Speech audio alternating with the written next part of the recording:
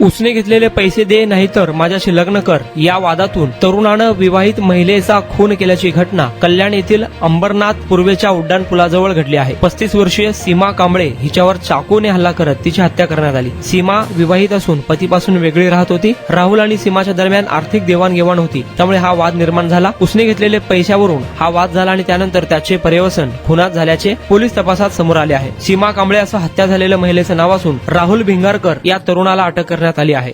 अंबरनाथमध्ये एका महिलेची हत्या झाली. हत्या कोणत्या उद्देशाने झाली, महिला कोण आहे आणि आरोपीला आपण ताब्यात घेतलेला आहे? नमस्कार.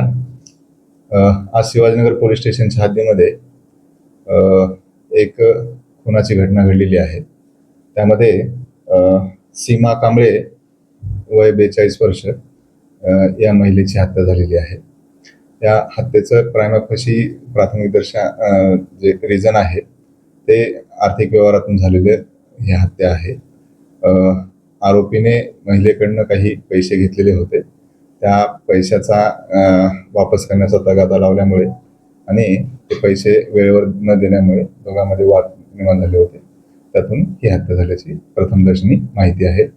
यामध्ये आरोपीला आम्ही ताब्यात घेतलेला आहे आणि अटकेची आणि FIR दाखल करण्याची कारवाई चालू आहे.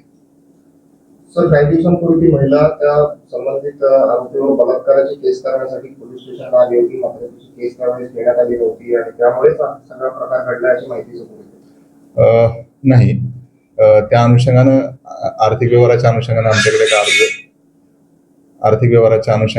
आमच्याकडे एक तक्रार अर्ज प्राप्त आहे. त्या तक्रार अर्जाच्या अनुषंगानं दोघांचा आर्थिक व्यवहार कशा पद्धतीनं पूर्ण व्हावा या अनुषंगानं त्यांचे स्टेटमेंट झालेले होते आणि ते व्यवहार पूर्ण ते स्वतः करून घेऊन त्यांच्यामध्ये समेट निर्माण झालेला होता.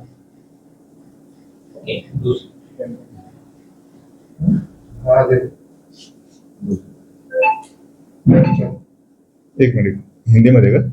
नाही. सर, एक आठवड्यापूर्वी एक झाड पडून घटना घडली होती. त्या घटनेमध्ये आपल्या पोलीस ठाण्यामध्ये FIR वगैरे काही दाखल झालेली नाही, गुन्हा दाखल झालेला नाही. काय घटना होती आणि FIR का दाखल करून घेतली नाही? या अनुषंगानं पोलीस स्टेशनला याविषयी तक्रार प्राप्त झालेली नाही असं आमचे सिनियर PI यांनी सांगितलेलं होतं.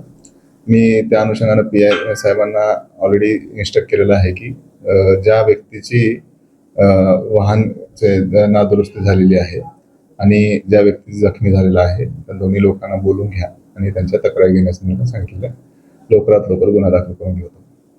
सर, 4 दिवस अगोदर आपल्या शिवाजीनगर पोलीस स्टेशनमध्ये कुत्र्याच्या अंगावरून एका बस चालकाने केली, आपण FIR केलाय रात्री 2:30च्या दरम्यान. अद्याप कारवाई झाली नाही समजले. माहिती घेऊन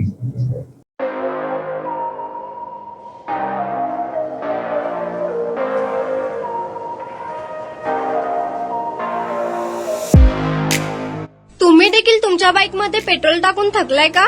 मग चिंता का करताय? लुनिया EV हब घेऊन आले आहेत तुमच्यासाठी ई-बाईक. सोलापुरातील ई-बाईकचे भव्य शोरूम म्हणजे लुनिया EV हब.